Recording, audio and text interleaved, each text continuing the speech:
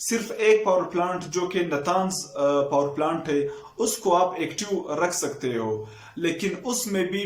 جو uranium enrichment ہے وہ 3.67% ہوگا۔ اب دوستو جب ایٹمی ہتھیار بنتے ہیں تو اس کے لیے 20% تک یورینیم انریچمنٹ کرنی پڑتی ہے، لیکن اس معاہدے میں ایران کو اس بات کا پابند کیا گیا کہ آپ 20% یورینیم انریچمنٹ کی بجائے یہ لیول گھٹا کر صرف 3.67% تک یورینیم انریچمنٹ کر سکتے ہو۔ ظاہر سی بات ہے یہ جو کم لیمٹ ہے یہ ریسرچ کے حوالے سے، فیول کے حوالے سے، باقی جو میڈیکل آلات کے حوالے سے استعمال ہوتے ہیں اس کے لیے یہ 3.67% کی اجازت دی گئی، اور ساتھ ساتھ یہ بھی ایران کو اس بات کا بھی پابند کیا گیا کہ جو انٹرنیشنل ادارہ ہے IAEA وہ کبھی بھی انسپیکشن کے لیے آپ کے اس پاور پلانٹ میں آ سکتی ہے اور چیک کر سکتی ہے کہ کہیں آپ اس لیول سے زیادہ یورینیم انریچمنٹ تو نہیں کر رہے ہو۔ اس معاہدے میں دوستو پھر امریکہ اور باقی جو 5 ممالک ہیں ان کی طرف سے یہ یقین دہانی بھی کرائی گئی ایران کو کہ ہم آپ پر سے دھیرے دھیرے ساری پابندیاں ہٹائیں گے۔ دوستو جب یہ معاہدہ ہو گیا 2015 میں، تب اوباما کی حکومت تھی، باراک اوباما کی، تو یہ اتنا بڑا معاہدہ تھا کہ باراک اوباما نے اپنے سارے جو 10 سالہ دور اقتدار تھا اس کی سب سے بڑی کامیابی باراک اوباما نے اس معاہدے کو قرار دیا۔ لیکن پھر کچھ یوں ہوا جب ٹرمپ کی حکومت آئی تو 2018 میں ٹرمپ نے اس معاہدے سے ودڈرا کیا اور ایران پر الزام لگایا کہ وہ اس معاہدے کی پاسداری نہیں کر رہا اور یورینیم انریچمنٹ میں اضافہ کر رہا ہے،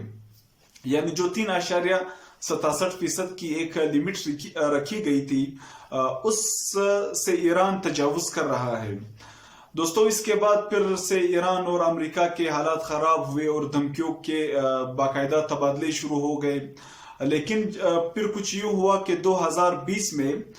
جو ایران بیکڈ ایک جنرل تھا، پاسداران انقلاب کا سربراہ بھی تھا، قاسم سلیمانی، اس کو امریکہ نے ایک ڈرون حملے میں نشانہ بنایا اور قاسم سلیمانی کو مار دیا۔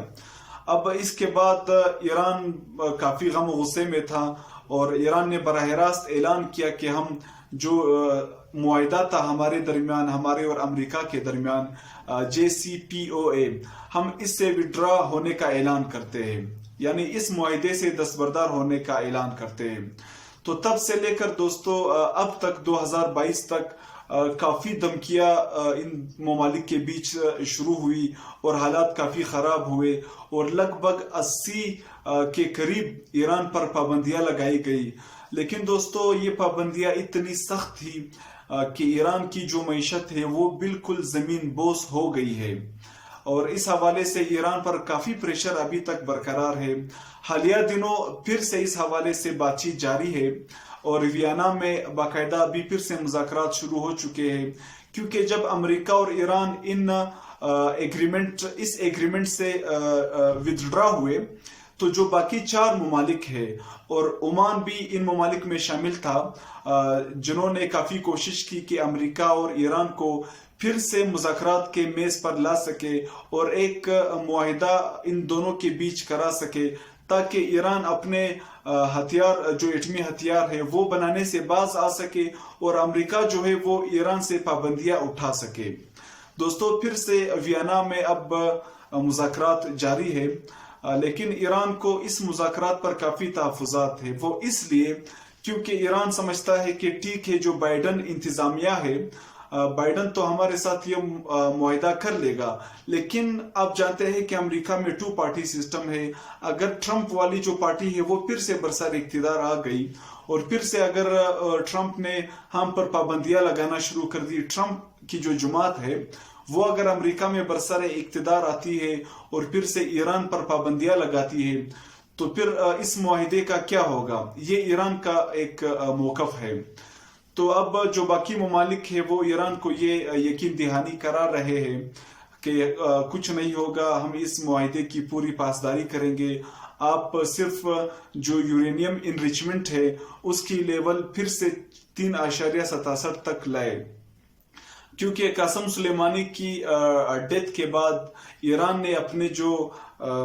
جو یورینیم انریچمنٹ ہے اس کی تعداد پھر بڑھا دی تھی، تقریباً 4.5 تک بڑھا دی تھی. تو اب یہ ممالک پھر سے ایران پر یہ دباؤ ڈال رہے ہیں پابندیوں کے ذریعے کہ آپ پھر سے 3.67 تک اپنی یورینیم انریچمنٹ کی لمٹ برقرار رکھیں تاکہ ہم آپ سے یہ ساری پابندیاں پھر سے اٹھا سکیں.